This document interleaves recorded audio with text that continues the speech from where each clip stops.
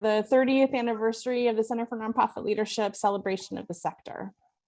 And it is indeed with a very, very full heart that I finish celebrating the holiday with family who I hadn't seen for a couple of years with this bookend event. That is my other part of my family, my nonprofit family. And just very, very grateful. But I know that all of you do enough events to know that there's an entire group of individuals who, from the concept to visioning for this event through to today's making sure that the technology works and that we transition seamlessly and smoothly. A big thank you to Jenny Lynn Tumalad, our colleague Chris Baldwin at Cal Lutheran, and also our newest colleague, Cadet Osario, who's joining our team today to make sure things are on track. Again, I'll invite everyone to use that chat box, share memories, and introduce yourselves to one another. And we've got a very full agenda, so I'm going to hop right in with just the warmest of welcomes.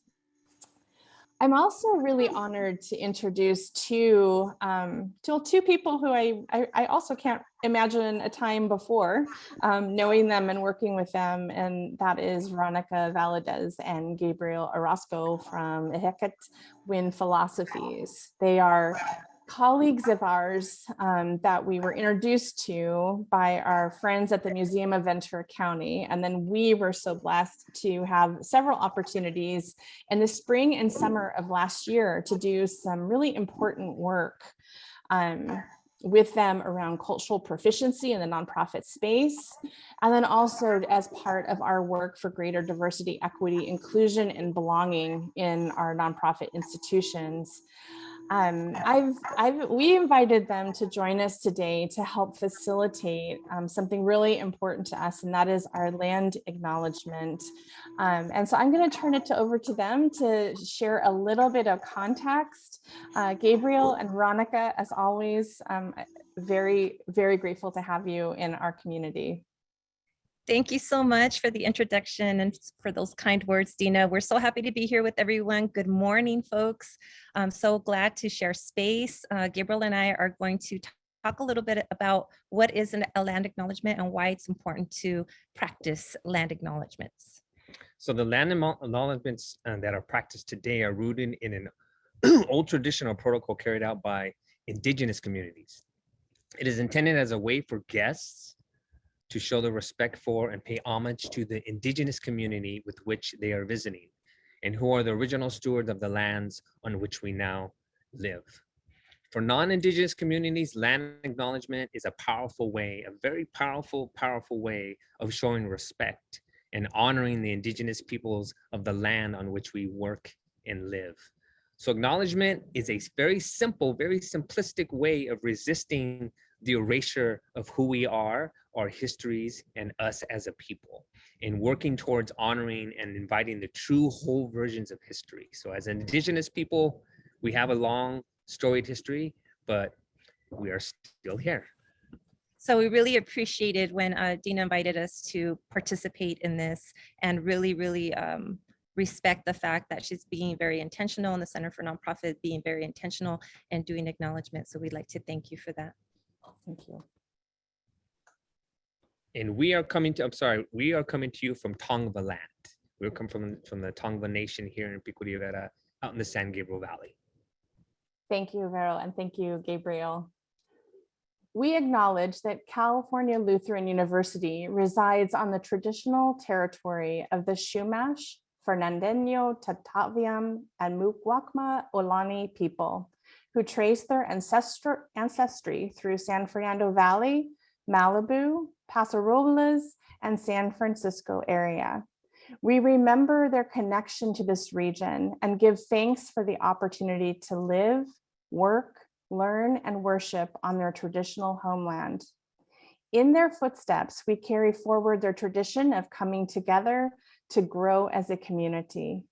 Let us take a moment of silence to pay respect to their elders and to all Chumash, Fernandeño, Tataviam, and Muwakma Ohlone people, past and present. So at this time, we're going to go ahead and do what we call an opening blessing. And we do that to the four directions and then also the sky and to Mother Earth. So please join us in this opening. We're always going to begin in the east where the sun rises. Let me get in the sun, there you go. Where the sun rises in the east, also known as Tlahuizcampa. We honor the men and the male energies. We also think of the social justice concept of liberty, libertad. So may all of your work that you do through your nonprofits be centered in that idea of liberty. And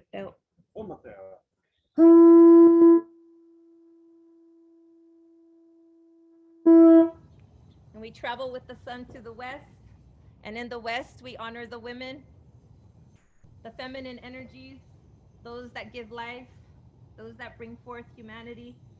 We also think of the social justice concept here in the direction of Cihuatlampa, of equality and equity for all peoples.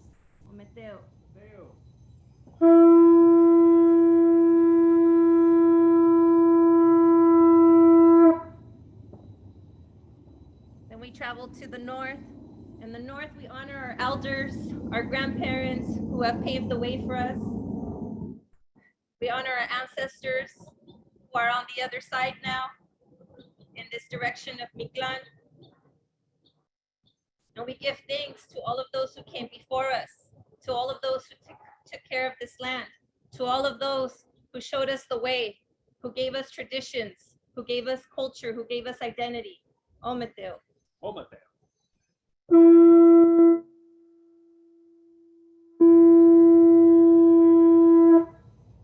We travel to the south, and here we honor the children, the seeds, the semillas, the little ones, those who we do this work for, because we all work hard to try to have a better tomorrow for the generations yet to come. And here we also think of the social justice concept of justice, justicia, justice for all peoples, justice for what is right. Ometeo. Ometeo.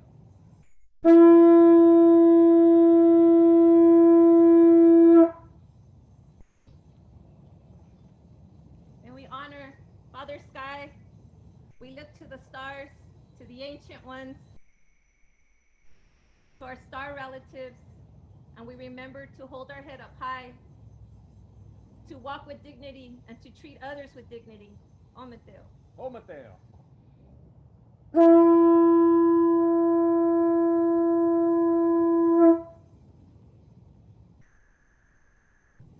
The last one is we give thanks to our Mother Earth.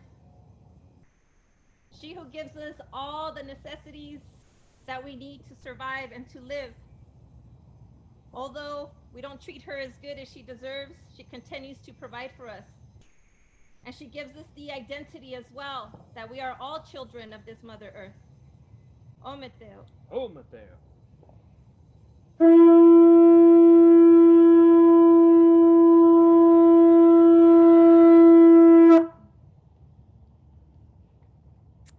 Thank you so much for the opportunity to be able to offer a little bit of ourselves and our culture and our tradition in a good way. Thank you so much. Qualite yuwa, tlatsukumate, ometeo. Ometeo. Thank you both. Jeff? Thank you so much, Gabriel and Veronica. Of course, this is what our work is all about. It's building community, how we all interact with this notion of justice, with fairness, with moving resources to those in need, and to making sure that our communities are as strong and healthy as they can be. So I really appreciate that as a grounding for today. And I want to thank all of you for being here. According to the little number on my screen, there's 130 of us right now in this space, and we're grateful for all of you being here.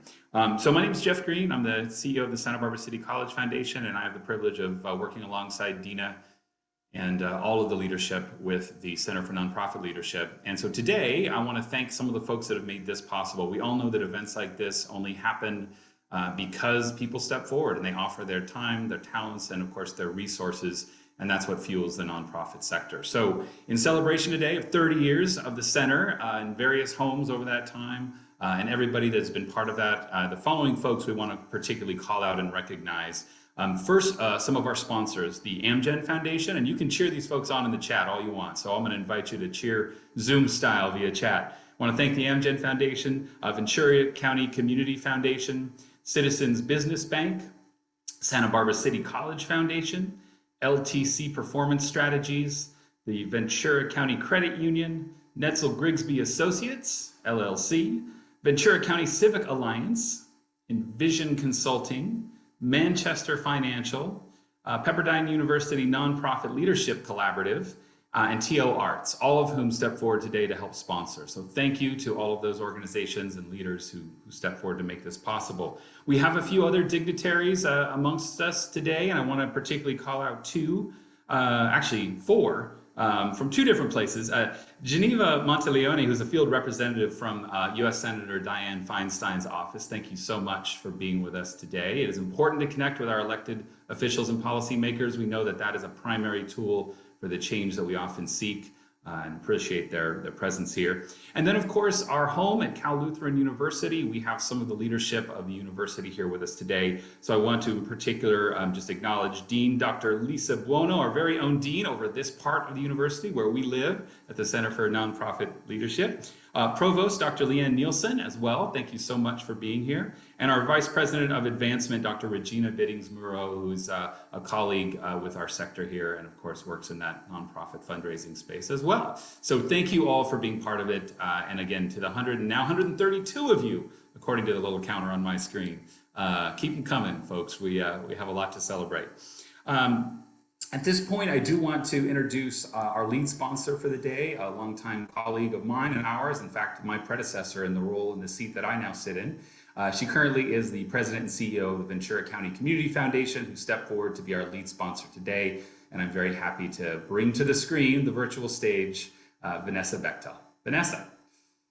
Thank you so much, Jeff and Adina. Great to be here. You know, I was thinking a lot about the state of the nonprofit sector, and if I had to define it in one word, it would be connected. And that I find extremely motivating and joy producing, because it's through that connection together that we will experience abundance, continued creativity, and the powerful strategic mindset that we can, together move mountains. And we've seen that connection increasingly over the last number of years. First, I thought, the response in the wildfires and the community of support that we brought together as the nonprofit sector was so powerful in helping our community recover and rebuild. Moving beyond that to, other disasters, our support together of the undocumented community, our undocumented neighbors, our farm working community, the case management through VOAD and the long-term recovery group. Our nonprofit community has bonded together for resiliency within our arts and education. And especially during COVID-19, we've seen just heroic acts throughout our entire sector as we've partnered together. And of course, there's my personal favorite, which is the 2020 census and the more than 300 organizations that joined together under the common mission, Somos Vecinos y Todos Contamos, everyone counts, everyone matters. And we together moved from being identified by the federal government as 59th in the nation, most at risk of an undercount, in the bottom 2%, to Ventura County being in the 95th percentile for the count, 157th out of 3,215 counties nationwide. That cumulative work that we've done together with the County of Ventura, the nonprofit sector, our faith-based organizations, our social service clubs will result in over $1 billion more to our social safety network throughout the region.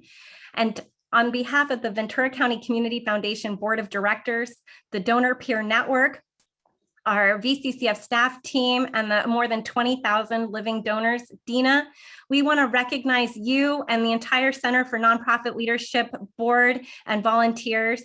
You are truly a civic home for nonprofits. You are also a community treasure, and we are grateful to be celebrating the 30 years of rich history together with you today for a stronger sector. Thank you so much for your leadership and your continued dedication. It is an honor to know you and to call you my friend.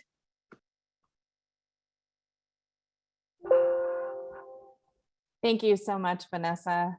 So much of our 30 years is directly tied to VCCF, and it is really a joy to continue that work together. I also want to recognize and welcome those of you who are either individual or organizational members to identify yourself in the chat box. This is a new feature that we launched in 2017, where you could, with one subscription fee, enroll in all of our workshops.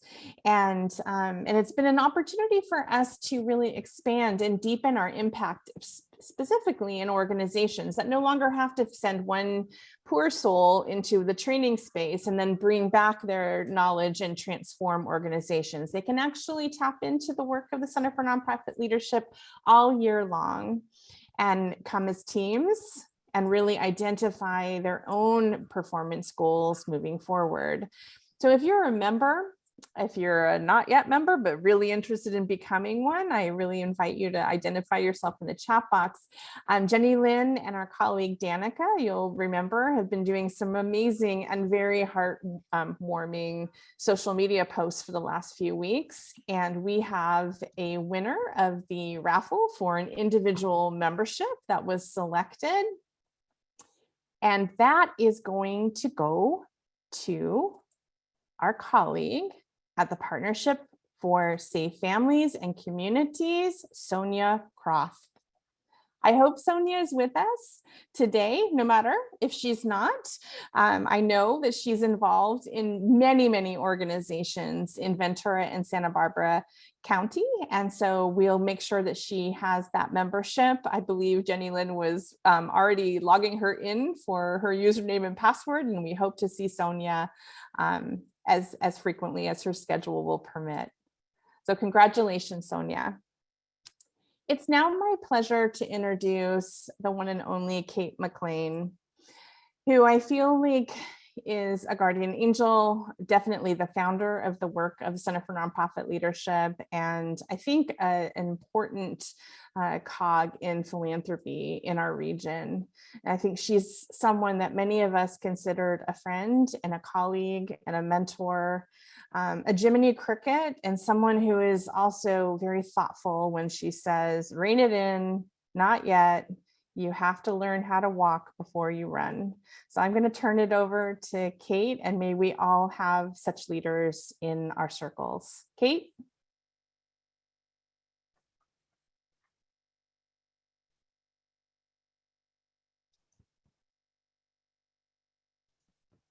Am I back? You're back. Something happened to my computer. I have no idea what it was. Dina, that was so special. Thank you so much. It is actually a very exciting day for me. It's an honor for me today because I get to present the Visionary Leadership Award that Dina or somebody was so nice to name after me. But I get to give it to the first award to Sally Yant. And I have known Sally since she moved to Ventura County and have had the distinct pleasure of working with her in many nonprofit ventures. And I really, Sally, always feel relieved when you are on a committee with me, because I know that you will be completely engaged and you will provide intelligent and very real and important feedback. And literally, you miss nothing. Sometimes to our benefit, sometimes not. But anyway, you miss nothing. Anyway, Sally was one of a number of people who were nominated for this award, but the selection committee clearly saw her as standing above all others. Becca Merrill nominated Sally, and her comments are so perfect that I couldn't make them any better. So I would like to read to you what Becca wrote in her nomination for you, Sally. This is from Becca. I am honored to nominate my role model, Sally Yant, for the 2021 McLean Visionary Leadership Award. No one better embodies the values of the Center for Nonprofit Leadership than Sally. Sally is a lifelong volunteer who has trained hundreds of nonprofit volunteer leaders throughout Southern California, increasing their skills and abilities. She believes in building the capacity of nonprofits by empowering their volunteer leaders. Sally has served on the advisory board of the Center for Nonprofit Leadership since its inception and has never wavered in her endorsement of the CNL. She is a steadfast donor and an active advocate for the CNL. When asked to serve or to donate, she does not hesitate. Sally always makes it work. One of the many attributes I admire about Sally is her innovative thinking. She does not hesitate to bring a new idea forward or to question decisions being made. She is often the lone voice encouraging the CNL advisory board members or the development committee members to rethink what they are doing and to discern what it will accomplish. Sally has impacted many organizations with her guidance and philanthropy. At the Museum of Ventura County, Sally serves, and actually with me, on the governance committee, and is a past board member and continues to be a generous donor. With only 250 words, which is what we were limiting our nomination forms to, this is Becca again, I can only begin to describe the impact of Sally Yant's work on the nonprofit community and particularly on the CNL. I am pleased to nominate her for this prestigious award. And I just want to say, Sally, from me, that I joined Becca in this special recognition of you. We truly value you, and I can't think of anybody that I would be happier about getting this first award. My turn. Your turn, Sally. I want to thank you very much. Looking in the box, the chat box of everybody who has signed in to come to this wonderful event makes me even prouder to be part of our nonprofit community. And I thank you, Kate and Becca, for your kind words, because being a nonprofit volunteer has been my passion for many, many years. But you know, this honor really belongs to all of us in our nonprofit community, especially everybody who's gathered here, because what we share in common is that same passion and the goals and efforts that make a difference in our nonprofit community. We're also very proud that our community is so diverse, with many approaches to any goal that we're trying to set. And that's one of our greatest strengths. But we always have challenges, many of which are unanticipated, especially as Vanessa mentioned several of them in the last few years. No one could have figured any of those things. And we need all the help that we can get. So that's where the Center for Nonprofit Leadership comes in. Our programs are designed to not only develop leadership skills and best business practices, but to help nonprofits respond to community needs and current challenges. So I'm really proud to be part of this nonprofit community, especially the Center for Nonprofit Leadership at Cal Lutheran University. Thank you so much. Thank you, Sally. That is just wonderful. And again, it's so well deserved. Thank you. And Dina, I'm handing it back to you. Thank you. We were able to drop by a little porch visit to Sally and her husband, Witten, both of whom have been champions and donors and friends and mentors to all of us at the Center for Nonprofit Leadership for, well, going on 20 years. And we remembered, Sally and I, that my very last interview before I was selected for this position, which I treasure, was actually about 24 hours before my husband and I got married. And we had just moved to Ventura County, and I met with she and our treasured Mary Schwabauer for my very last interview. So it seemed very appropriate. And I know Mary is with us today also. So congratulations, Sally. So I think preparing for any kind of milestone birthday or milestone anniversary, definitely this celebration of sector has been quite a walk down memory lane. We have you know, so many extraordinary supporters of our region's nonprofits have shown up in countless times in photos, videos, archived social media posts, printed newsletters that we were able to unearth. Our hair was long, our hair was short, our physiques changed over time, our styles changed. And for the next few minutes, I really welcome you to share any memories you'd like to share in the chat box, something you've put into practice, a funny aha, a kind shoulder, a challenging idea, a lifelong friend. I know that for myself, that some of my most trusted circle of friends who are really more like my family, the Power Rangers, stem directly from the center's work. And for that, I am endlessly grateful. It's been a great honor to steward the legacy and build on the contributions of the center's founder, Kate, visionary past directors, a few of them who are in attendance today, remarkable colleagues and partners, respected facilitators who are subject matter experts and share their wisdom so generously, dedicated volunteers, generous donors, and funders who believe in our mission of helping nonprofits do their work better. That work has become my legacy. I was hired as the center's director in 2005, and I remember that first day like it was yesterday. My office was right next door to Tina Knight, who is one of our community's greatest philanthropic leaders and an amazing grant maker, and I learned so much working side by side with her for a number of years. I inherited a library filled with books that started off with a few from Kate's library. And then I inherited treasured colleagues who would remain at the heart of our work together, and a vision for building the organization into a trusted community asset. Many of you have heard me say many times over the years that I believe I have the best job in town, that I found my calling, my vocation. I didn't have to choose one nonprofit organization. I get to work with many, many organizations and the extraordinary people who are dedicated to their missions. From humble roots in 1991 at the Ventura County Community Foundation, the Center for Nonprofit Leadership created impactful programs by responding continuously to the needs of the sector's professionals and staff, welcoming excellent regional practitioners and national experts to lead workshops, and growing our resources that we could share them with each of you.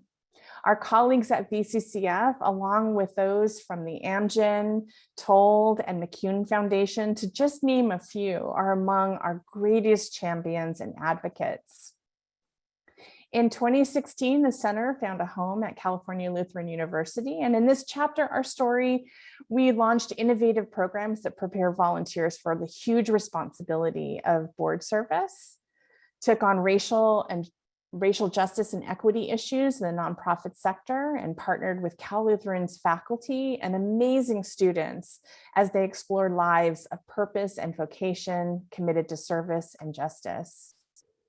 An enormous shout out to my partner and colleague, Jenny Lynn Tumalad, for her leadership. In many ways, our program has adapted to current needs, opportunities, and calls for social justice in ourselves, our organization, and our sector. She and our colleague, Danica Larson, our program assistant, have introduced numerous new topics to our program portfolio and have adapted those that remain popular and in demand. It's an honor to work alongside both of these very talented women. And as I mentioned at the top of the program, we also welcome our School for Professional and Continuing Studies program specialist, Cadet Osario, who joined us for today's special celebration. My appreciation to all three of these remarkable colleagues.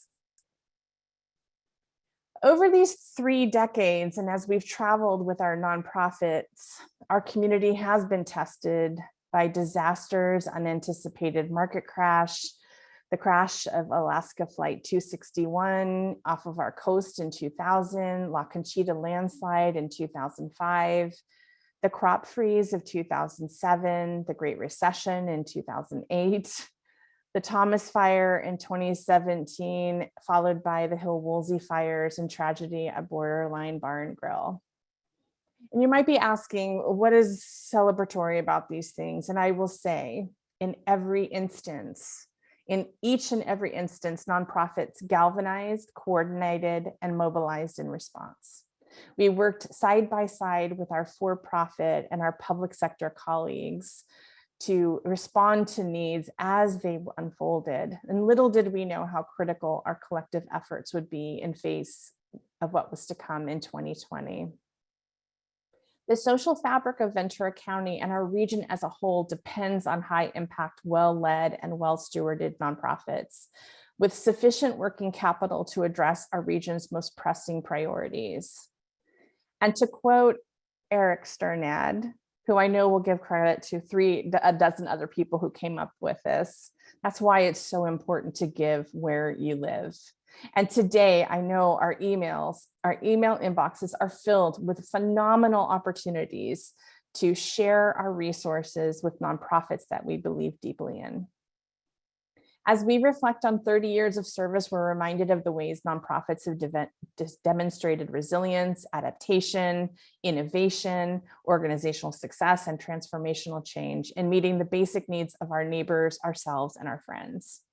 As nonprofit leaders, we have cried together in quiet corners of conference rooms, sometimes tears of happiness and joy, celebrating something, and sometimes in the face of anxiety and uncertainty. And the Center for Nonprofit Leadership serves as a safe harbor where we take very seriously the trust our community places in our work.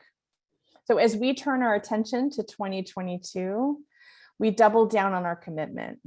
Excellent workshops and networking opportunities where staff, board members, and volunteers will learn and grow and build relationships with one another. Programs such as our Board Leadership Institute that aids in strengthening governance practices in the nonprofit boardroom, and the continued scaling of our board service bootcamp where underrepresented and under-recruited corporate and community leaders can tap into their personal values and passions to prepare for future nonprofit board service. Ours is a table where all are welcome. Our work is far from complete.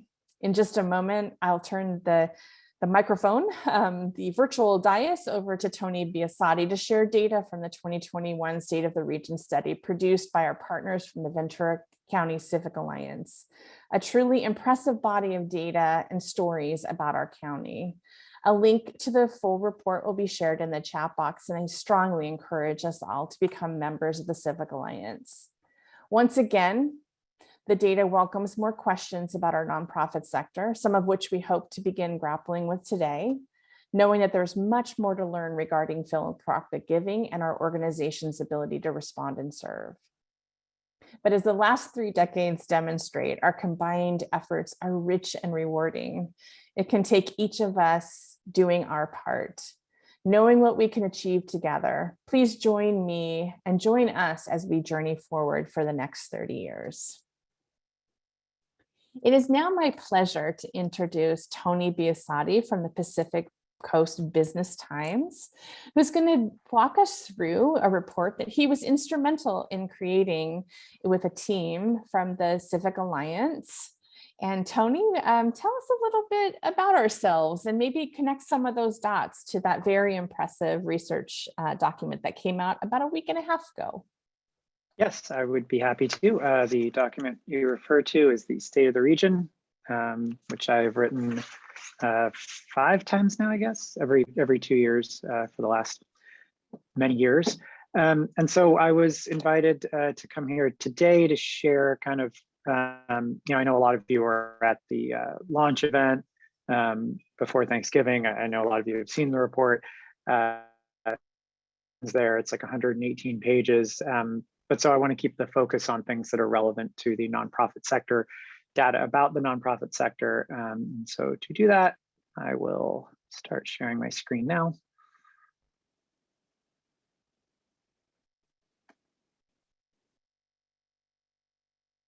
Sure. Okay. Anyway, this is, there's a few charts in here. The type of data we gather is for the layperson, right? There's a lot of experts in the nonprofit field on this call, so I won't belabor all this stuff, but this is just the snapshot of types of nonprofits in Ventura County. This is by 2019 revenue. And, you know, in a community like ours, without huge like global nonprofits, the sector kind of tends to be dominated in dollar and in employee terms by the bigger hospitals. You know, the entire nonprofit sector by dollar amounts is about 50% hospitals and healthcare organizations. And then another 25% or so is education, including private universities and other private schools. So this is the list of the largest nonprofits by the blue bars revenue in millions of dollars in 2019.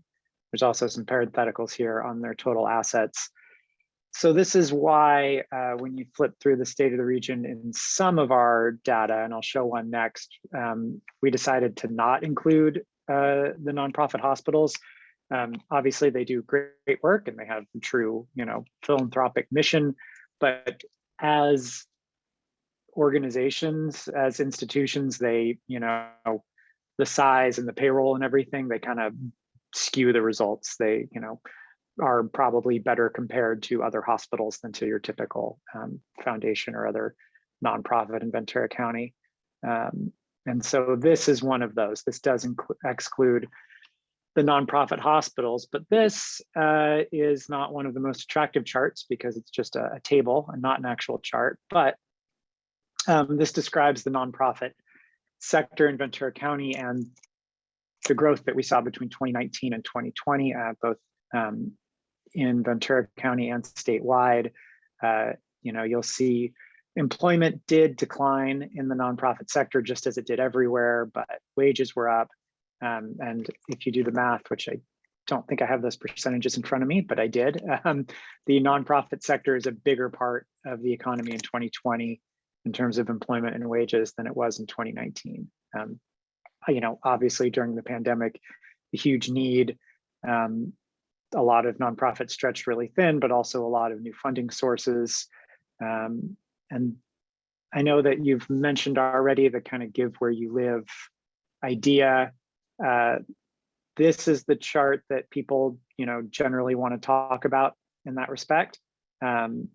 This right here is the revenue per capita for all nonprofits based in Ventura County, which is the blue line down at the bottom, compared to LA County, the state as a whole, and Santa Barbara County.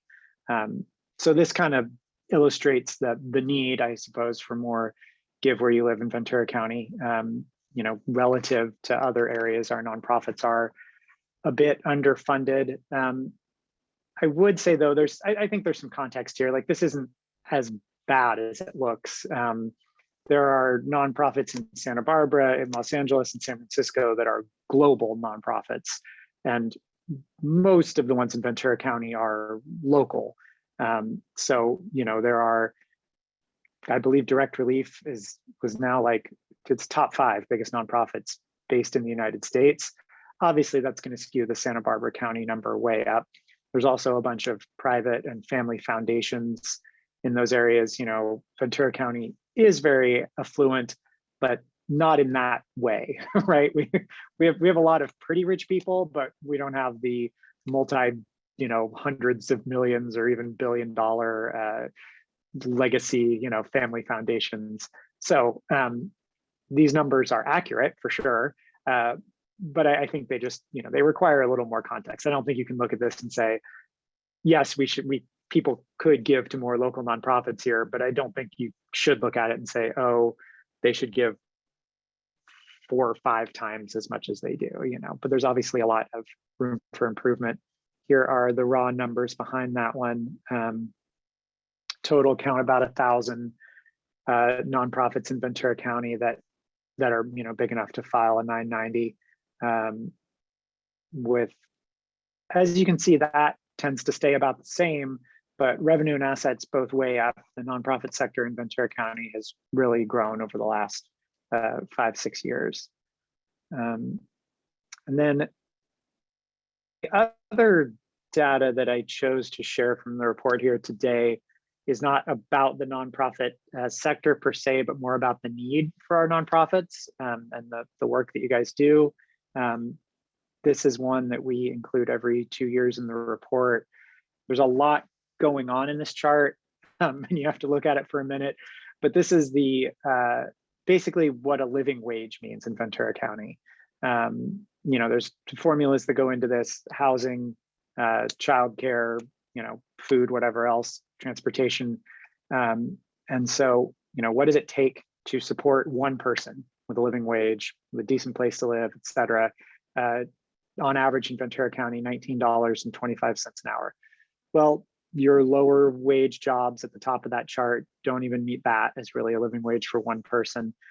You know, you go up to, say, a single parent with 2 children, 1 adult, 2 children, that's $51.73 an hour.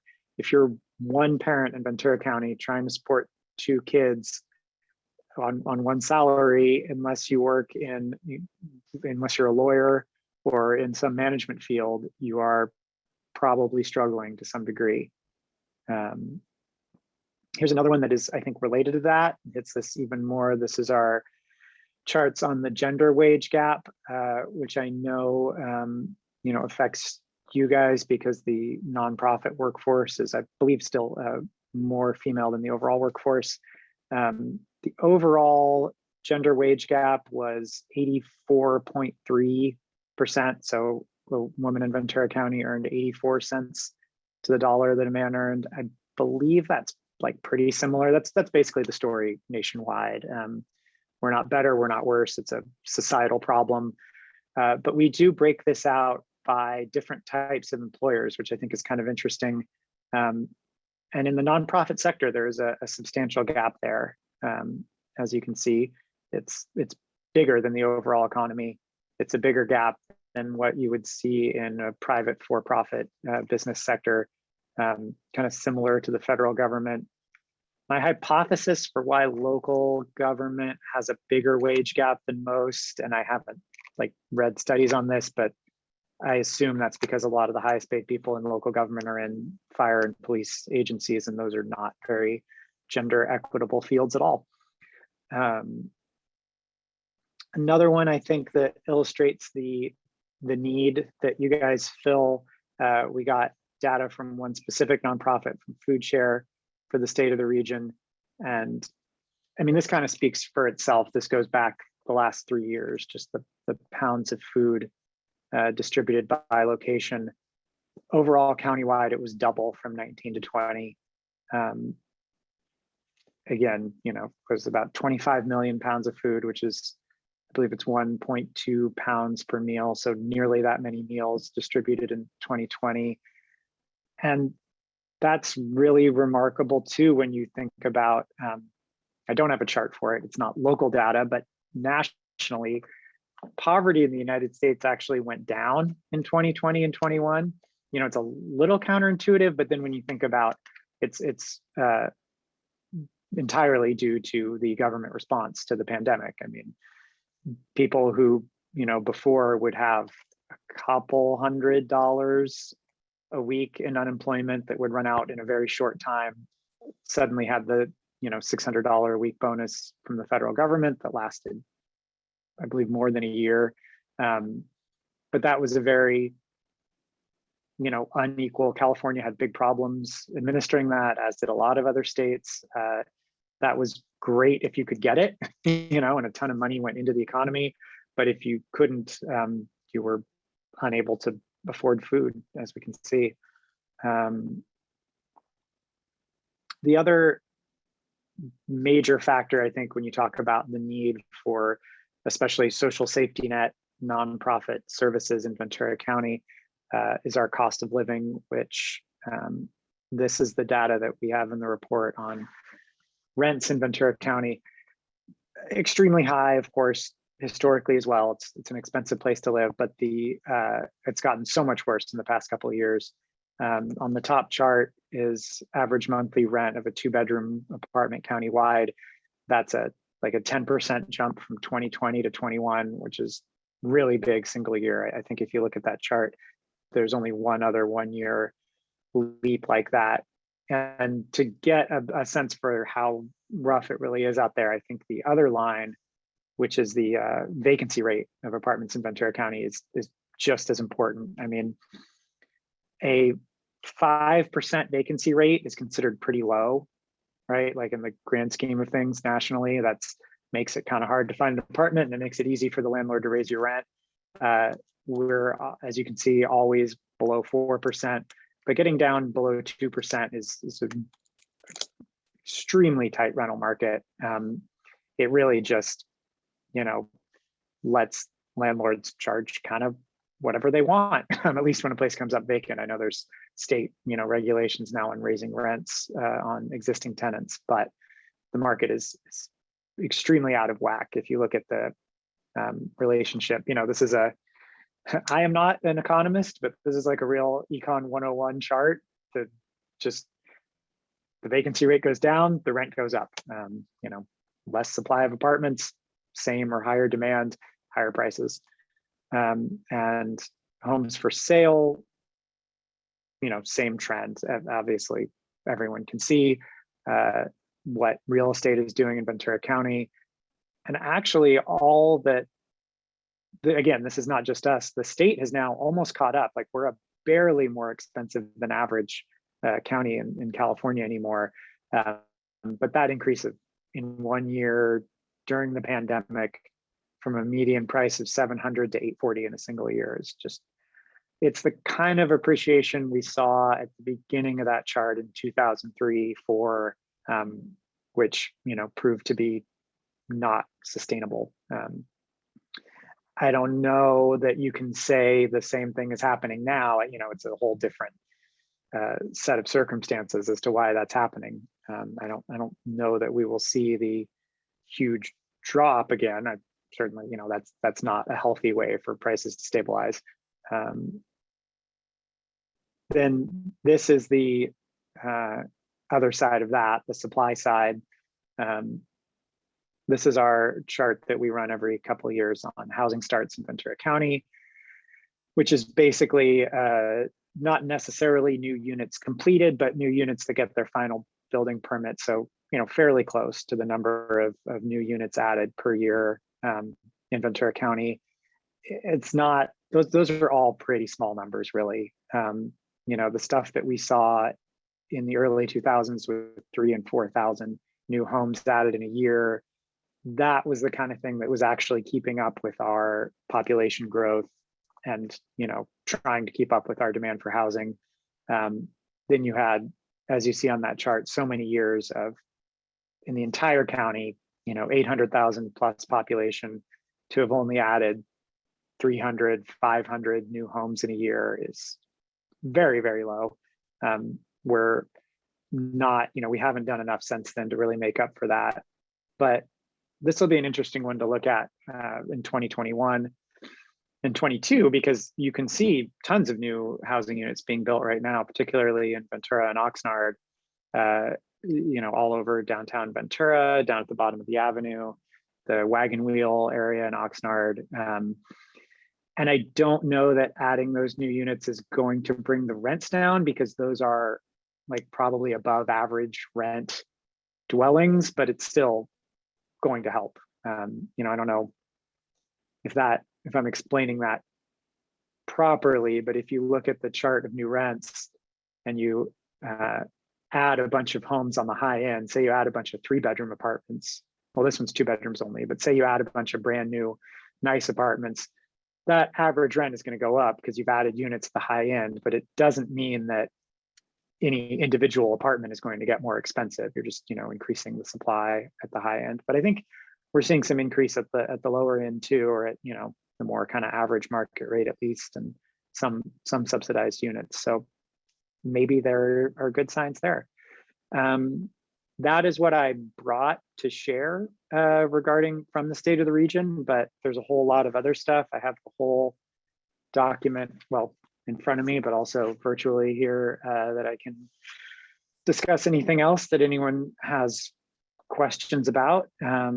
It's really an honor to be here, and I want to thank Tina for inviting me. And I don't know, there's you know, many nonprofits without which the whole report wouldn't be possible, both in terms of sponsorships and funding, and people that do a lot of the work of gathering data and you know, telling us what's going on in the community. So I'm going to stop screen sharing, I think. And if anyone has questions, I can resume, or I have not been monitoring the chat, but I don't know if someone is, if there are any questions for me. So I will be quiet and wait for that now. Tony, this is Martita Martinez Bravo. I just had a question, and I'm not sure if you have that data gathered, but do you know the demographics for board representation or board membership in Ventura County, including gender, race, and ethnicity? No, that is an excellent question, and I would love to see that. I don't know if anyone gathers that, or if someone should make it their project to start a survey of, I wouldn't imagine all 1,000 nonprofits, but some representative sample of different sizes and different types. I would love to see it, but no. Good question. Well, Martita, I think the last time that we did any kind of community-based surveying around this was in 2018. And I think the world has changed pretty significantly. And then I think the world has not changed significantly enough.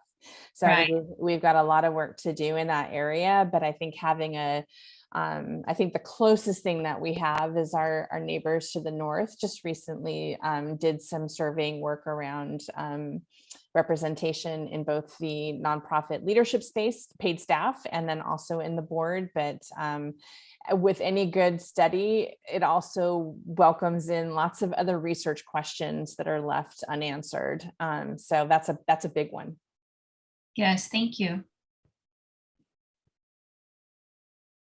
Well, great. I'm going to hand it back over to Jeff. And thank you, Tony. All right, well, thank you so much, Dina. Thank you, Tony, for that. I am like many of you here at Datahead. You can't manage what you can't measure, so that measurement is really important. And of course, in this nonprofit sector of ours, it can be hard because we're all so different in our structure. As many of us like to say, 501c3 is a tax status, not a business model. So we can look any number of ways, nearly infinite ways, and so having this data even at the highest level is so critical. So thank you very much, Tony. Thank you to the Civic Alliance for what you've done in making that data available, and I know it takes a lot of work to get it. We're going to move into our panel here momentarily, and what I want to say, a couple more thank yous that I neglected to do at the front end. I want to thank, first of all, my colleagues on the advisory board for the center. I personally can say that I've met some fabulous folks that I don't know I would have had a chance to get to know were it otherwise. So sitting with that group of nonprofit leaders from our 2 counties has been extraordinary, and I want to congratulate one of them, of course, our very own Sally, for being today's awardee, and then the recognition, and of course, someone that I've gotten to know through that work as well. So thank you to all of you for that. So we are going to move into our panel. This panel is tentatively titled Everything About Everything in 45 Minutes. So we're going to see how we do. There's so much we can talk about in this moment, so many important things happening in our world, and of course, all of them impacting our nonprofit sector. So I want to first briefly introduce you to our 4 panelists, and we will have a moment for them to offer a more detailed introduction as well. First up on the screen, I want to welcome Claudia Arman, who is the Executive Director of the MCCune Foundation, based right there in Ventura, but working in both of our counties. She has actually served in that role since 2008, which I think, Claudia, makes you the only director in the history of the MCCune Foundation. But sorry, there were others. All right. But I want to welcome you and thank you for being willing to be part of this conversation today. I also want to bring up onto the screen Eric Sternad, who has a similar longevity since 2007. He served as the Executive Director of Interface Children and Family Services. In addition to having a fabulous haircut, he does a lot of other things in our community. And I want to thank you for the breadth of work that you do in your organization, Eric, and I really want to thank you for joining our panel today. Also, want to bring to our virtual stage Roberto Martinez, who is the CEO of the Camarillo Boys and Girls Club, and I have to just say, another person that I've gotten to know primarily through this fabulous advisory board. Thank you, Roberto, for joining us today, working really on the front lines, also with young people in particular throughout the region. So thank you for being part of this conversation. And then last but not least, certainly, Monica White is going to join us today. She is the president and CEO of the food bank, food share. See, this is my Santa Barbarianism coming through right here. Food share of Ventura County. She's served in that role since 2017. Previously on the board of that very organization. So roots run deep with that work. So thank all four of you for being willing to have this conversation today. What I want to do to start with is we are going to jump around. There's a lot of data to talk about, also some big trends in our sector. I'm mostly going to try to be quiet and ask you all to share your wisdom from your work. But I think to start off, I would like to ask each of you to do a brief introduction of sort of your perspective on where you come from, what you do, and why. But I want to ask you if there's one thing we could do differently. This is your bonus question by way of introduction for our sector, for our employees in particular, to support the folks that we work alongside every day. What would it be? What should we be thinking about or doing better? So I will call on you individually. I know it's Zoom land, so we can't be quite as organic as we would. But think about that. So just a brief introduction of your own background as you come to this work. But if you can think of one thing that you really wish we did better as a sector to support our workers, our employees, and our colleagues, that would be great. So Claudia, I'm sorry to say I'm going to pick on you first, but what are your thoughts? Did you want me to do a little introduction too? Please. Okay. Anything these fine folks should know about you if they don't know already. Well, welcome everybody to this conversation. I'm Claudia Armand with the MCCune Foundation, and we fund organizations in both Santa Barbara and Ventura counties that are engaged in community organizing, in mobilizing residents in our communities to advocate for policy changes. And so we turned 30 during the pandemic. The foundation was started by Sarah Miller McCune, who is the owner of Sage Publications in Thousand Oaks. She lives in Santa Barbara, so she has a deep connection to both counties. What can we do for our nonprofit employees? Well, I'm going to answer this with a funder's hat because, you know, a lot of nonprofit employees spend a lot of time chasing dollars, right? And I would love to see more funders streamline the grant making processes and do more multi-year grants to really reduce that burden on nonprofits. And so that's something that I'm continually trying to encourage our board to do because they're doing great work. And so I think reduce the barriers, especially when we're in a long-time relationship with a grantee. I think that would be very important. Thank you so much. Now, you heard it here first, folks. So we're going to quote Claudia from now on that last comment. Thank you very, very much for that, Claudia. Next, I want to go to Monica. Can you share a little bit about just an introduction plus any thoughts on what you would like to see done for our workers in our sector?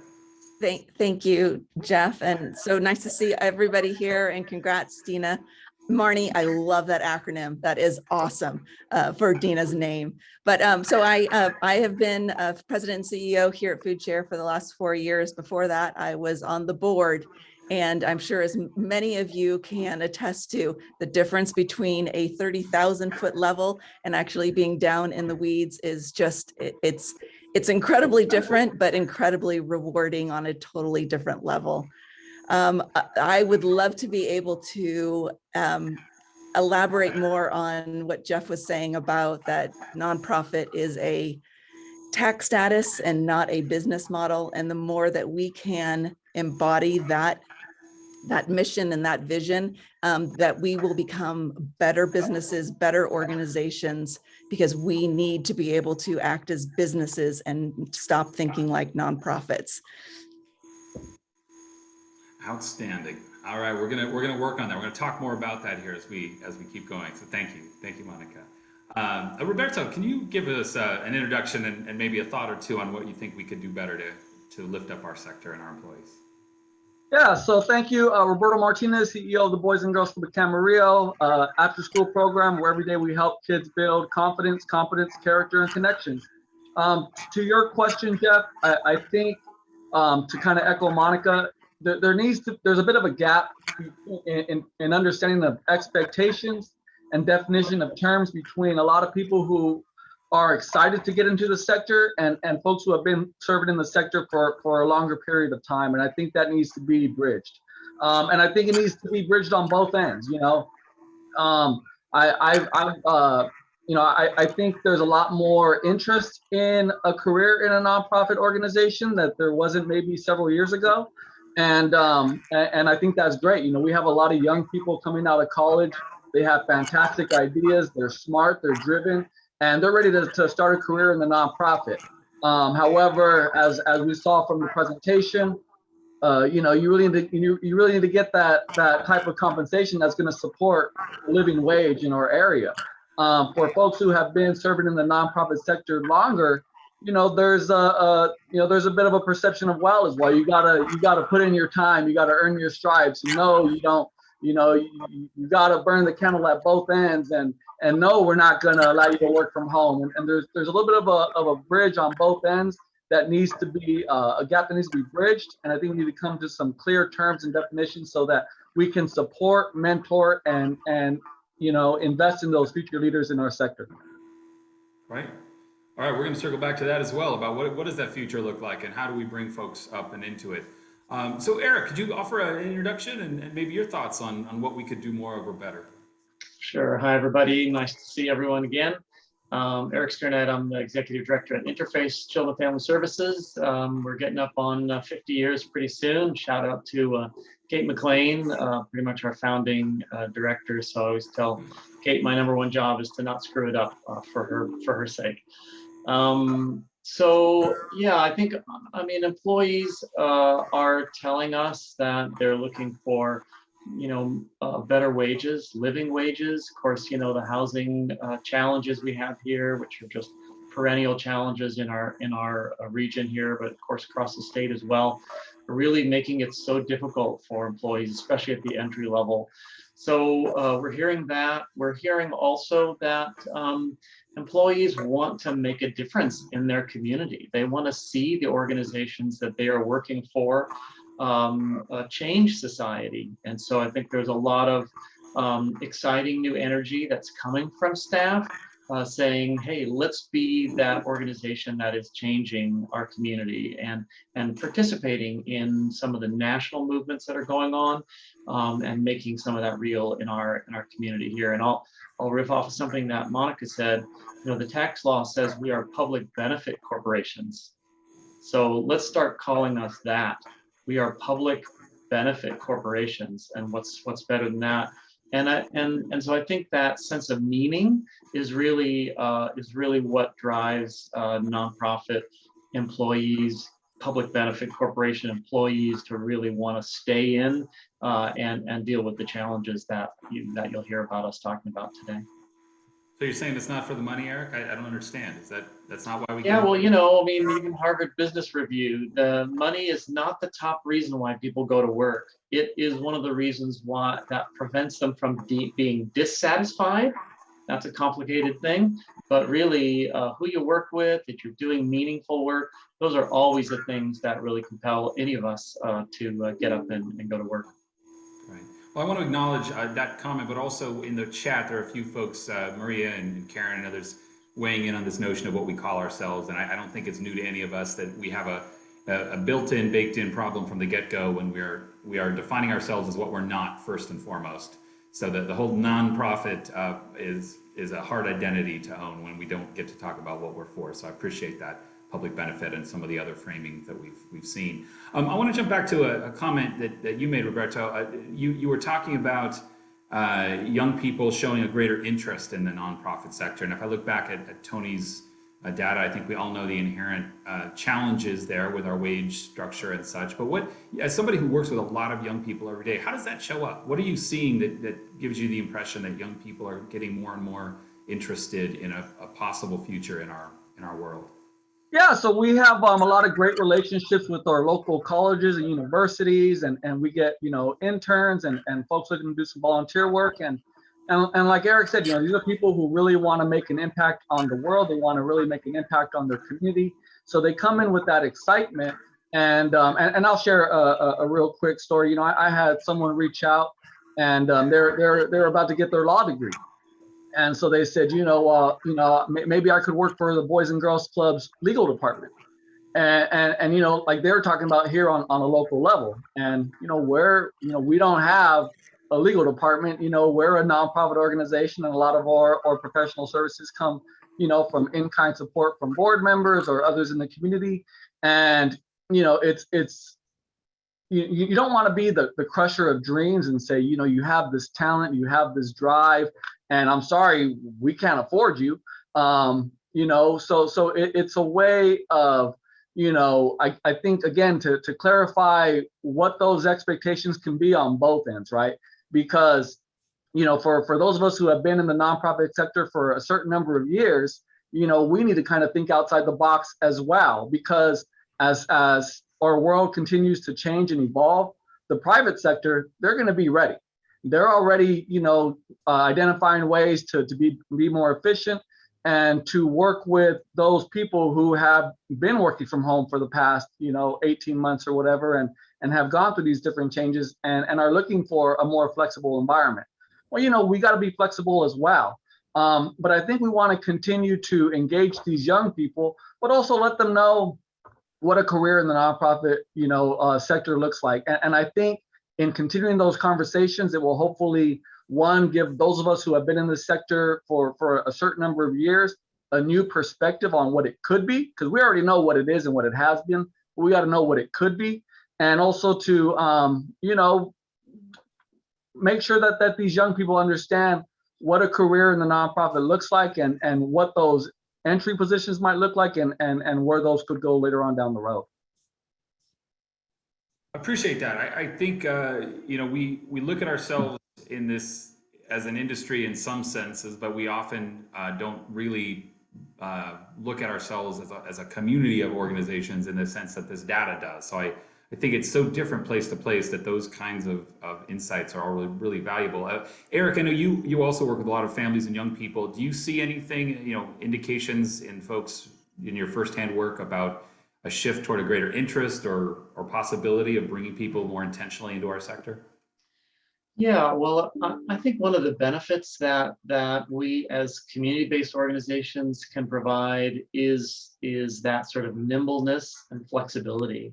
So we can respond to things that are current and relevant for the workforce today, especially for young people, again, who are seeing you know, social movements, you know, totally plugged into the equity movements. And we can and should be organizations that are nimble enough to pivot and respond to that. And that is the way, that is one of the ways I think we're going to be able to keep attracting good talent into the sector. You know, I think the other issue that's always a bit of a challenge is that you get what you pay for. And I totally appreciate, as a donor myself, that you want efficiency, you want people to do more with less. But I think a lot of times, unfortunately, what we're getting when we're pushing nonprofits to do more with less is we're getting less for less. That is all that we're getting. And you know, I'd love to see us be really setting standards for, say, for example, requiring a certain amount of every contract and grant that goes to evaluation work, so that we can demonstrate that we're not just pushing a lot of paper or pushing a lot of service, but we're actually changing lives, we're actually improving conditions. And when you have those kinds of relevancy measures, I think that employees, I think they resonate with that. They want to do something that's effective, not just do a bunch of it, right? So, so I think, you know, these are maybe some trends that we ought to be really pushing in our sector. That less for less, those are fighting words. So we're going to have to get back to that. But clearly something that we've all recognized is that this whole myth of overhead and administration and how do you actually talk about what you do. You know, none of us show up and order our fancy coffee and say that we're only going to pay for the coffee, not the cup. It's not really an option. And yet that's what many of our donors expect from us. So we have to re-educate, I think, a lot of folks. But I get, now with that comment, I get to pick on the funder now. I want to go to Claudia, who mentioned a couple of things from the outset, which is, really changing a funder philosophy or perspective around how do you support an organization best. And can you maybe talk about that? Not, of course, also what you do, but also what you see in the broader philanthropy field about how does that conversation show up about really truly supporting nonprofits to pay a living wage, to actually cover that overhead and that expense of what it costs to run a top-notch organization? I've been thinking about this a lot recently, Jeff, and I've been thinking, we haven't increased our maximum size grant in a while, and that just as we're seeing inflation, I think funders really need to think about the size of their grants and whether our grant making is keeping up with the rising costs that we're seeing in our community. So I think that's really important consideration, that we cannot be giving the same size grant and expect the same results because of the rising costs. So I think that's something really important to consider. I did want to highlight a good comment that was made over here in the comments. Karen said that the Great Resignation, when driven by desire for more meaningful work, could be a recruiting opportunity for our sector. And I had just read an article today about how people who have been resigning from their jobs during the pandemic, and they're increasingly turning to the nonprofit sector because they want to do more meaningful work.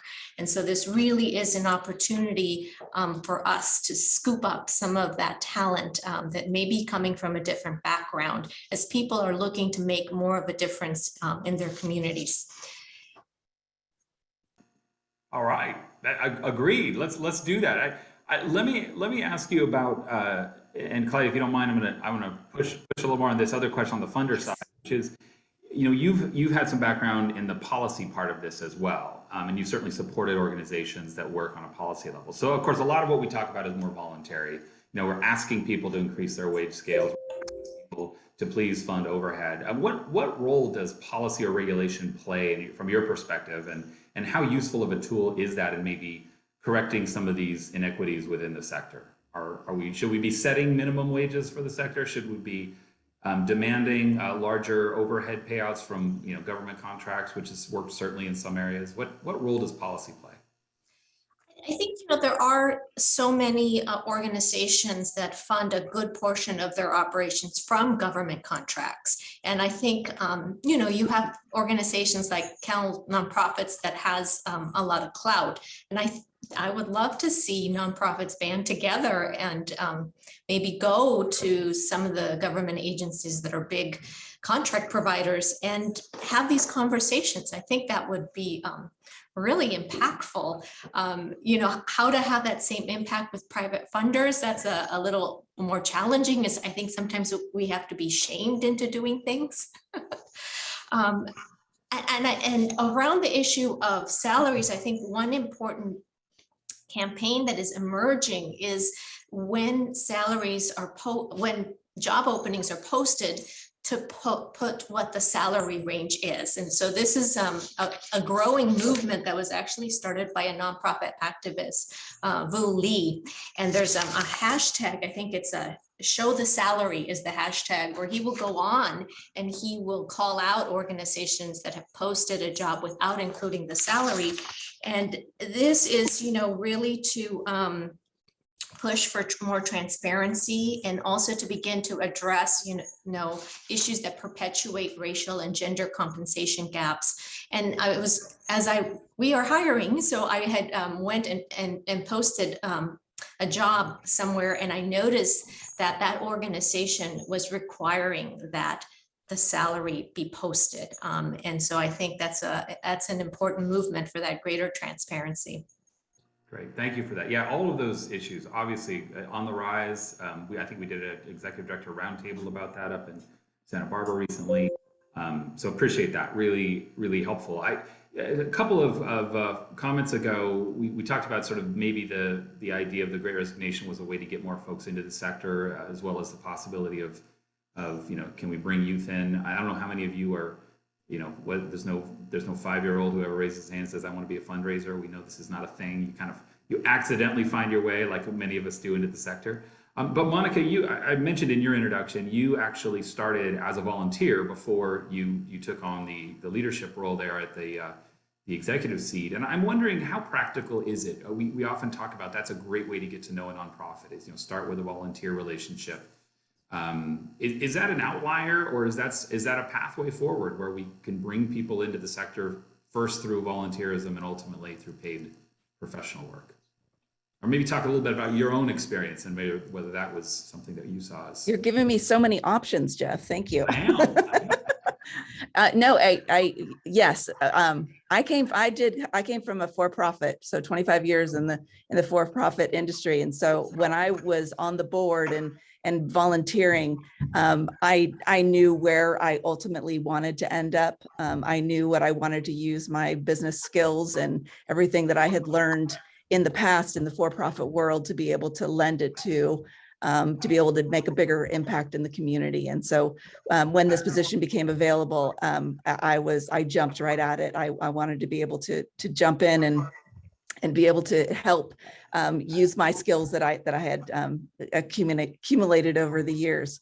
But yes, the volunteers, it is the best pipeline ever to be able to bring people in to understand what the mission is, to be able to see your vision. I mean, here at Food Share, I mean, I can hear them right now. They're packing food boxes out in the warehouse, and we have a corporate group out in the garden, weeding and planting, getting their hands dirty. And we have volunteers who are driving trucks, picking up food. So all of that is an absolute step into whether or not they want to come work for us later, or just want to be able to continue because they're retired and they have time to be able to volunteer. But we do have younger groups as well. 12 is the youngest that we can take. But when we have the Girl Scout troops that come through here and they're so excited to go into the big, huge cooler and to be able to see what we do, that is that first step to be able to get them engaged and to be able to show them that this is what is helping people that could be your classmates, your neighbors. And that alone is the best way to be able to get them interested in doing good for the community. Great. Now, if I could jump in on that, Jeff, if you asked me last year what was the greatest strategic threat to Interface, I would have told you that it was 2-on-1 having double the amount of pandemic-driven, phone traffic looking for help, and the challenges of doing remote work. This year, what I would tell you is that the greatest strategic threat is staffing, is availability of finding employees at the governmental rates for many of the contracts that drive our work. Were set, in a different condition, based on conditions a couple of years ago, and the minimum wage increases and the standard for some of those manager increases, which also happens, which people don't think of because they are based on minimum wage figures, double at minimum. Those have been wonderful and awesome. Wage inequality is horrible. It's worse than ever. So we completely applaud that. However, there was no revenue increases that went out to nonprofits at the same time. We can't just go and raise our prices. Those revenues are typically set by government contracts and other decisions that are sometimes years in the making. So we're anticipating 12 to 18 months of labor shortage for key professional positions for us. I gave up a contract for the first time in 21 years as an executive this year, and it was an amazing program delivering incredible outcomes based on an evidence-based practice. It was really one of my favorite programs, but we realized that it would take us longer to restaff and retrain those staff in this evidence-based practice than the contract lasted through the rest of this fiscal year. And we had to turn the contract back into the county. It was the first shot up the bow that we felt around just the critical staffing issues. And now that we have, remote work and people who are getting used to working, from whatever community, in whatever community, I think we have to start to contemplate that for some of us, which is going to happen, I think, in the for-profit sector as well. Some of us are going to have a workforce that's unhinged from the community that they're serving. So they live somewhere else. For the first time, Interface is now accepting applications for employment in the 6-county region around us to do local work. So I think we have to start to get our heads around the fact that that may be part of the interim solution here. Don't think that's not going to benefit us on the retention side. I think we're going to see some real retention problems from strategies like that. But that's the number one issue on my plate this year. Well, thank you for all. There's a lot packed into that. I want to ask you one thing you just mentioned a moment ago, which is the contract that you refused or declined going forward. I suspect that's pretty rare in our world. Many of us in the nonprofit sector are used to saying, yes, please, and thank you. I'll take whatever you have. I mean, this is that kind of scrape it together existence. And do you think that delivered a message to the county, that the fact that someone would decline an offer of funding to do a job that needs to be done because the funding was simply insufficient to do the job? Yeah, and again, I would just clarify, it wasn't really that the funding was insufficient. It's that running a proven practice requires definitely a high level staff, but also requires an amount of time to train them up, get them ready. And so these short cyclings, back to Claudia's comment about the 1 year, contract, the short cycling is really inconsistent with, if we're going to build a, cadre across the community of proven practices, right? So I think that was as much the challenge as it was the funding. Certainly, if there was, if the sky was the limit, then yeah, we could have solved that problem. But I think that there is a mismatch again between expectations for proven practice work, and everybody likes to talk about that, and here we're doing evidence-based practice work, but we're still in the infancy and really understanding as a system how complicated that actually is to do and to sustain. I think as nonprofits, we ought to be turning down more work, which again, is painful to do. Someone may say, oh yeah, easy for you to say, you can do that.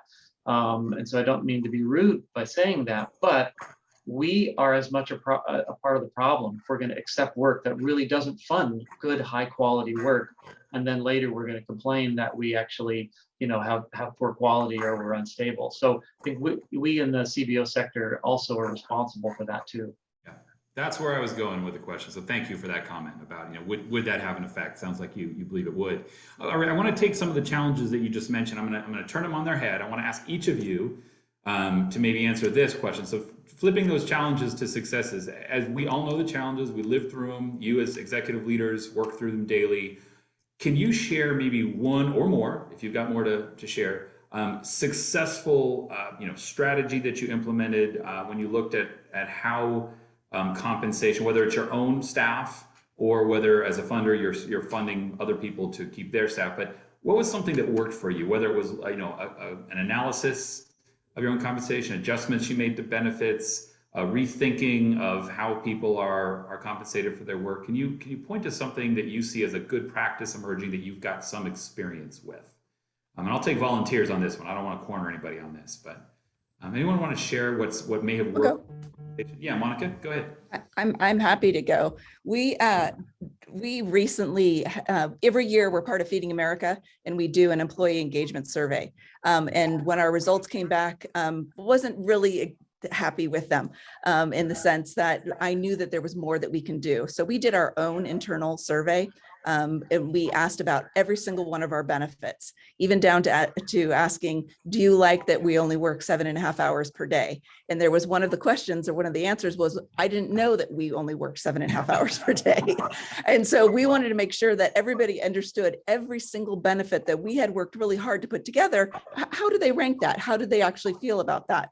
And then in the end, we gave an open-ended form for to be able to say, what would you like? What would make you excited to be able to come to work?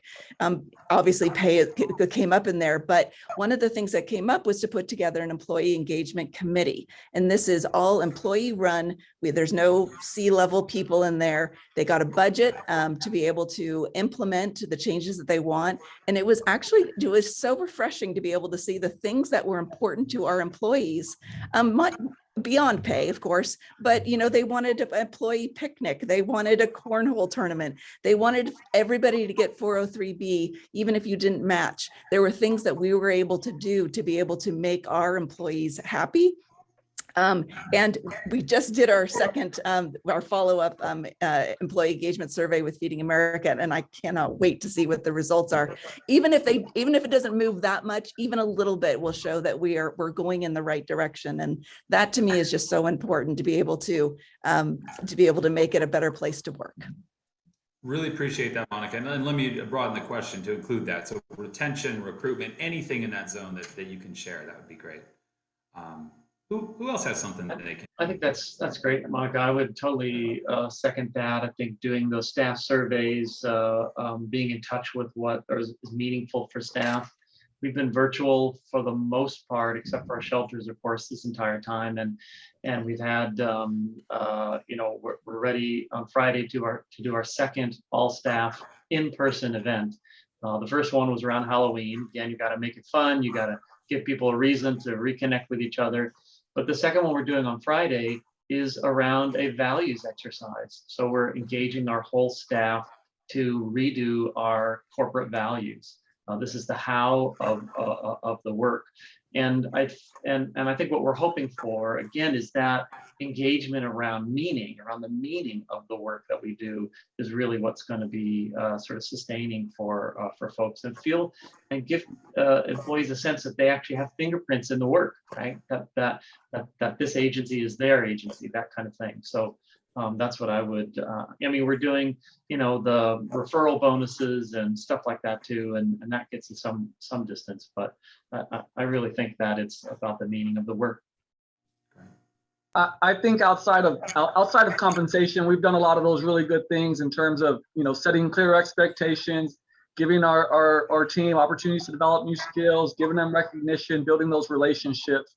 And so we've had really good success with retention and keeping our really strong staff committed to the club. But I think back, Jeff, to a recent conversation that we had at our advisory council meeting. And, there was a bit of a concern that, the nonprofit sector, it could be, it could be one of those things where, families that already have a good level of income, it's an opportunity for people to get involved. But for people who are looking to get started in this career path, it's almost a non-starter just because of the economic challenges. A lot of our, when you introduced me, you said I'm someone on the front lines. When I make sure I go down and walk through the club every day and see the kids, but I'm not, and I have fantastic staff who are really on the front lines working with these kids every day and being that mentor to them and helping them with their homework and helping them, address some of the issues they're dealing with at home and at school. And I think in terms of an equity viewpoint, it's inequitable in how our frontline program staff are compensated compared to those of us who aren't necessarily on the front lines. And so I think that's one of the challenges right there. So for our young staff member who, might be getting some college debt pretty soon and that they're going to be paying off and is looking to start off their life and maybe have a family and do some of those things, as much as they might like their job and what they're doing, it puts them in a position of, is this something sustainable for me? And so, you meet other people in the nonprofit sector, good people, hardworking people, smart people, and they're able to somewhat take a pay cut because maybe they have a spouse or a partner who's able to supplement that income loss. So I think there's other things that we need to do. I'm happy with how our organization has continued to support our part-time frontline staff, but there's obviously got to be done more. And I love hearing everything Claudia said because I think she's very aware of the challenges that we have in terms of supporting our frontline staff. I was going You to know what, quickly Jeff? mention, Oh, go ahead. no, go ahead. No, you go, Claudia.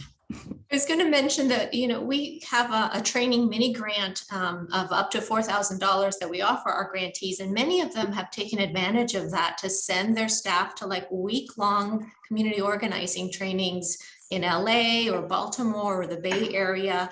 And we've also at times paid the tuition for employees at our grantees to do a leading from within program, which can be so transformative for many people. And in recent years, we've also been paying for coaches so that some of our grantees will get a coach to support them in their roles. And so, our logic was if this will help make them more effective in the work that they're doing, but what really has meant, it's been professional development and personally meaningful to those who have participated. And sometimes, they don't even stay at that organization, but they go off to do wonderful things with the skills that they've gained where they are. So that's one way that we're supporting the staff of some of our grantees. That reminds me of the old adage, someone says, well, but boss, what if we spend all this money to train our workers and they leave? And the counter to that is always, yeah, but what if we don't spend it and they stay? And I think that's great. I mean, to really support mutually, if we all did this and supported our colleagues, that would be wonderful. So again, from the funder's mouth, you heard it first here, folks, right there. Thank you very much for that, Claudia, because I think that is starting to take off, but it may not yet be ubiquitously embraced in the funder world.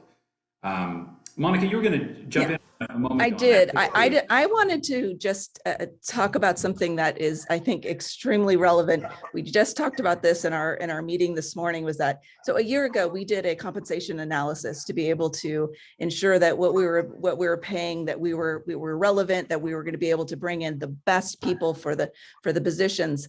I honestly thought, oh, we did it once. Okay, it'll be good for like 3 years.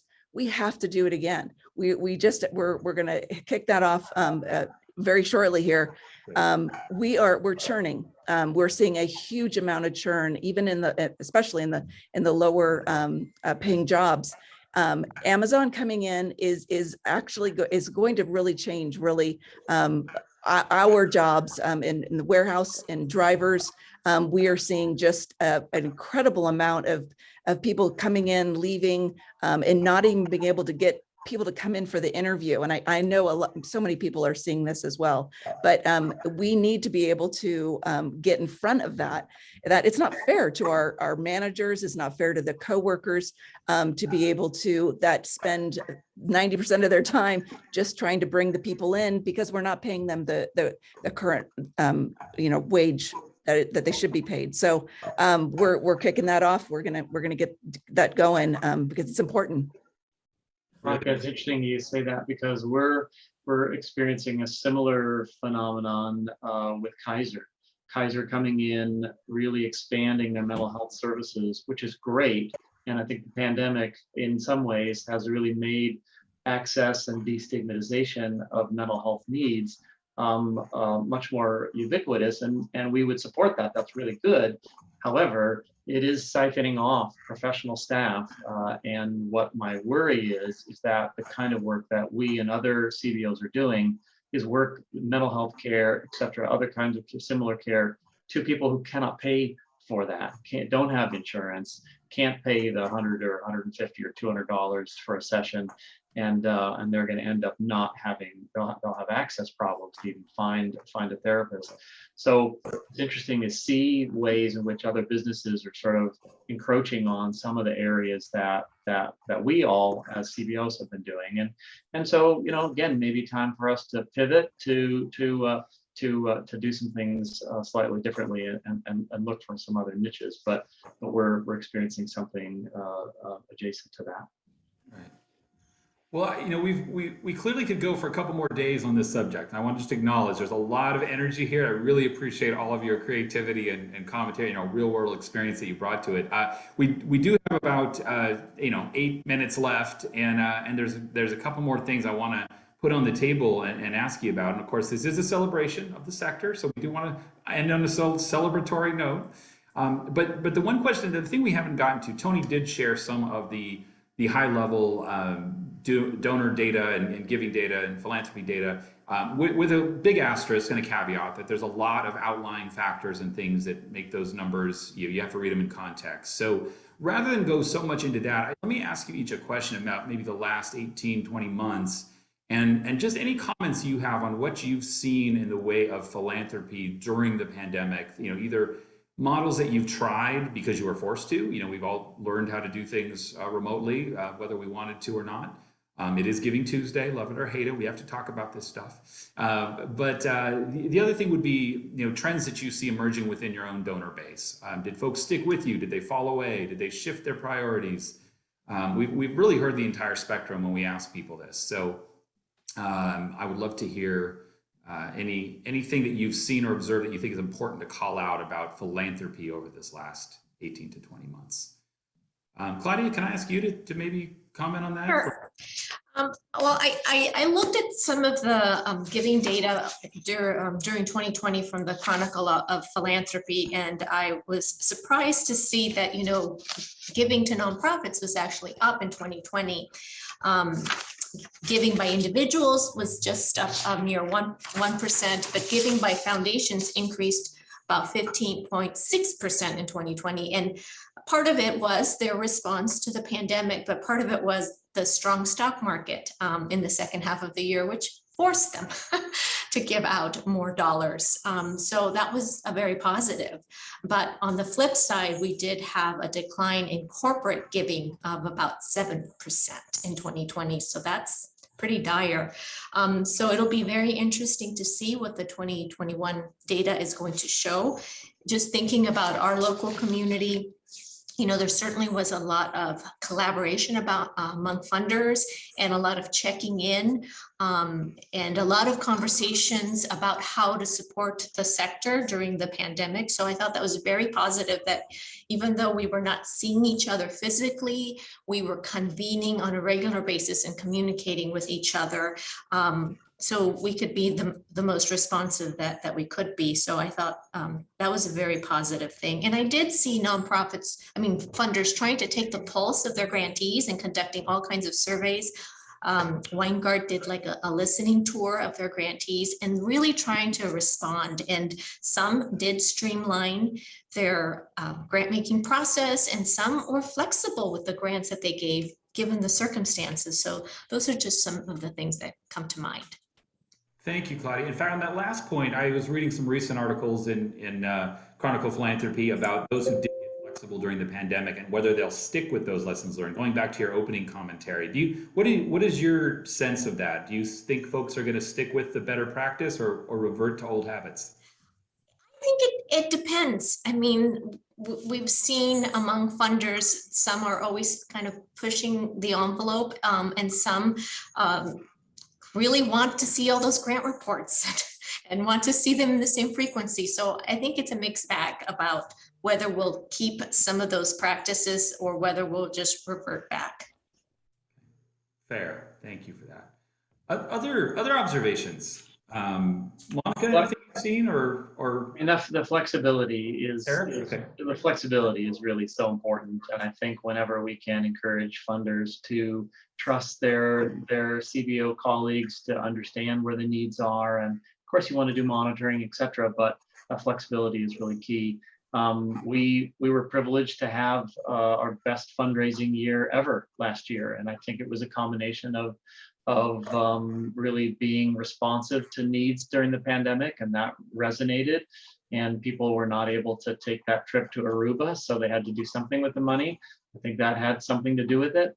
But to the data point Tony was sharing earlier, when we look at some of our biggest donors, they are actually on or over the border into LA County.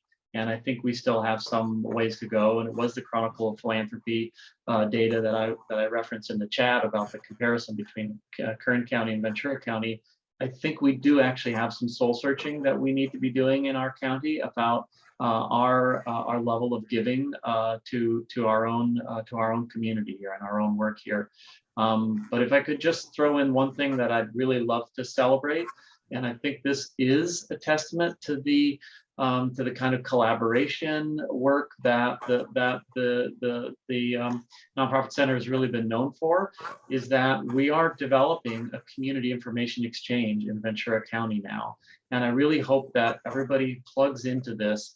This will transform the way in which coordinated care is going to be delivered to people across our county. It's a collaboration of all of the health systems, all the major hospitals, key county departments, and the service CBOs. And we'll be developing a data exchange, new data exchange method. And what I really hope is that Ventura County is the second county in California to have a robust CIE, a community information exchange. Look at San Diego County, what they've been able to develop. And I think this is a huge opportunity. And I hope that in the next 10 years, when Dina, you call me out of retirement to say something, I hope there is a vibrant CIE in Ventura County. And this is something that I would really, in anticipation of that, really like to celebrate, because I think we're going to do it together. Great, thank you, Eric. Jeff, I also think that was Eric saying that I don't get to retire ever. Yeah, that was okay, exactly excellent, right. excellent. Monica, what are you seeing, or a trend that you might see in the philanthropy side in our closing moments here? I would definitely say there's been a huge increase in the trust from our donors, in that they be giving unrestricted funds to be able to do with it as needed, where the need is most, whether that is buying food or that is buying a truck or whatever that is. That trust from those funders, there was a huge increase. And I know that was because we were in disaster mode. You know, even our government grants were saying, oh, you don't need to get as many, you don't have to get individual names, addresses, and everything when you're giving an emergency food box. Because if we went into a disaster mode, there was a little bit of relaxing on the requirements and the stringent requirements of everything we needed to do for each grant. Oh, we would love to be able to see those continue, because what happened is we got more food out. We were able to do more with just a little bit more of the relaxation on a little bit more of those compliance issues. So unrestricted funds are always key, and just being able to just let us do our job. Well said. Well said. Roberto, what do you see in philanthropy? So I think a couple things. One, obviously people want to help. They want to do something. And I think we saw that, over and over and over again. As far as like philanthropy goes, I think it's important that we continue to collaborate and share our mission and share our stories. We were able to do quite a bit during the pandemic, and it was definitely all with a little help from our friends. Right at the get-go, I mean, Eric, you and I collaborated on some things that helped us out, helped you out, and Monica, I remember last Christmas, you did some really great things for our families here at the club. So there was just, and it was easy to do because there was existing relationships. And to Monica's point, there was that trust. I don't want to speak out of both sides of my mouth, but it's important to be able to both pivot on a dime and to stay true to your mission, right? Because the pandemic changed so much that we all had to pivot and do some things that were maybe not just out of our comfort zone, but maybe not 100% mission aligned. But we always got to make sure that at the end of the day, we have a mission. We need to stay true to that, and we just tell our story, right? So there's a lot of numbers that we saw today, but there's always a story behind those numbers, right? We can go out there and say, hey, we planted 1,000 apple seeds today.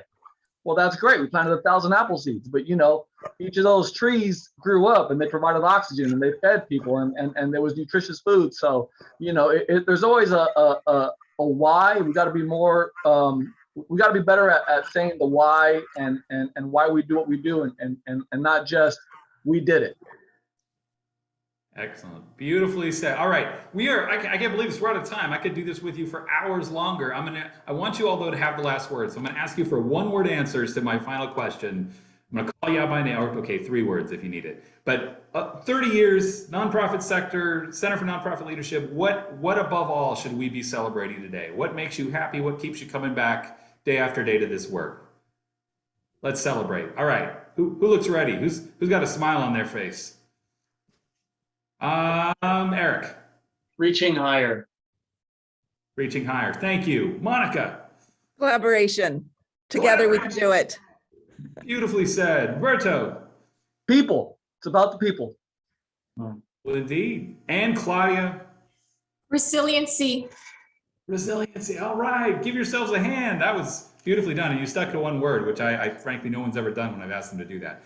Well, I want to thank you so much, Claudia Arman, Eric Sternad, Monica White, and Roberto Martinez. Thank you for spending this time with us today. Your leadership in our sector is much appreciated, respected by all of us, and we're really grateful for the conversation. So I want to thank you, and I'm going to hand it back to my colleague, Ms. Dina Jensen.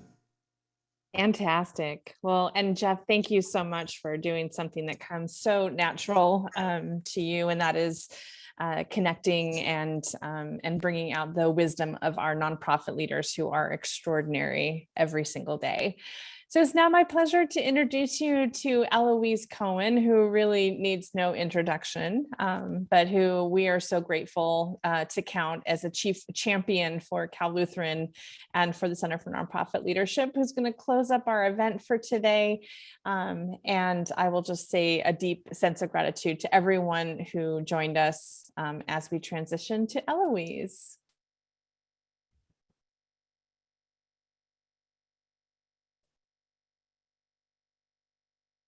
Thank you, Dina, and thank you, Jeff. Let's have another virtual round of applause for our thoughtful panelists. It was such a great discussion. And I think what I want to celebrate is all the talking about the ways we can be a bridge in our community for doing good. And I think this new community information exchange sounds like a perfect way to begin doing that and looking forward. So as chair of the Center for Nonprofit Leadership Development Committee, I'm here for a final call to action to join me. Programs like today's are made possible in part by the generous financial support of all of us. And while the center is an integral part of Cal Lutheran, it's really up to our entire community here through memberships and registration fees and donor and foundation generosity to keep this work meeting the needs of our nonprofit sector. It takes our whole community to invest in the center's next 30 years, ensuring timely training programs that support change to meet current issues and advocacy on behalf of our sector. And to do that, we need a whole host of champions like yourselves who commit to the work of the Center for Nonprofit Leadership with transformational investments that stimulate growth, innovation, and responsiveness that are coupled with gifts of all sizes. So for now, I invite you to join me in support of the center's next 30 years. Thanks, Eloise, and thanks to all of you. I wish you every bit of prosperity today and heading into our year-end season. Here's to a very happy and peaceful and healthy new year in 2022. And thank you to each of you for spending time with us today in celebration, still grappling with some tough topics, but in celebration with one another. A big shout out to Sally for her leadership throughout the center's story, and to everyone who made today's program possible. Really appreciate everyone and look forward to being in spaces in person together soon. Thanks, everyone.